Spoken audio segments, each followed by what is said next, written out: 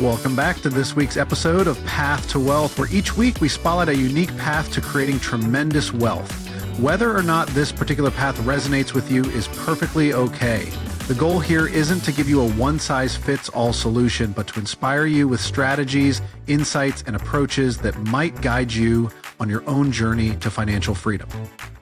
Today, I'm going to share a personal story, one that starts with nothing but a job, good credit, and an unshakable desire to create massive wealth. No savings, no real estate experience, just a clear vision and a willingness to work hard. Over the course of 5 years, I transformed that starting point into a $250 million real estate empire.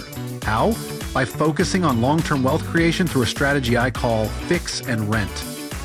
Let's dive in. The Chinese proverb says, "A journey of 1,000 miles begins with a single step." For me, the hardest step was buying that first property. With no money of my own, I turned to friends and family, pitching them a business strategy. Here's how it worked. They'd invest $10,000 into a property. I'd do all the work, find the house, renovate it, rent it out, and in return, I'd own 25% of the house while they'd own 75%. It was a win-win. The houses I bought increased in value by 25% after renovations, so the deal was as good for them as it was for me. But pitching wasn't easy. After hearing no many times, one person finally said yes. That yes was the beginning of everything. My first house was a $75,000 fixer-upper near a university. It had been damaged by years of student renters. After my day job, I'd head over and spend nights painting, repairing, and landscaping. And when I finished, the house was unrecognizable.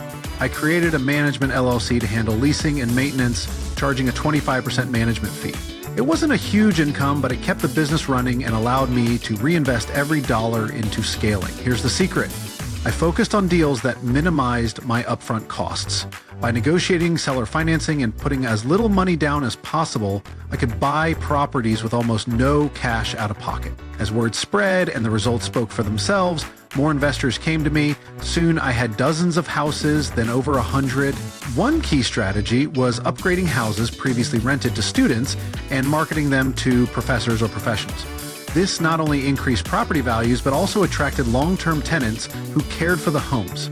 Before I knew it, the area I focused on doubled in value, and the cash flow, it was life-changing. Then came the game changer. A $10 million line of credit from a large investor. That funding allowed me to scale like never before. I could now pay cash for properties, close deals quickly, and buy in bulk. I began transitioning from single-family homes to small apartment buildings. These not only brought in higher returns, but were also easier to finance at lower rates, which further increased my cash flow. In less than 5 years, I went from owning a single rundown house to managing hundreds of millions in cash-flowing real estate. Every step was a building block, a testament to the power of a clear vision, hard work, and the right strategy.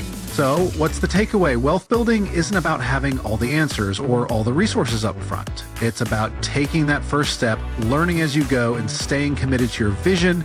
Your path to wealth may look different, and that's okay. The key is to find the strategy that works for you. If this story inspired you or gave you new ideas, don't forget to like, share, and subscribe for more episodes of Path to Wealth. Until next time, take that first step. You never know where it might lead.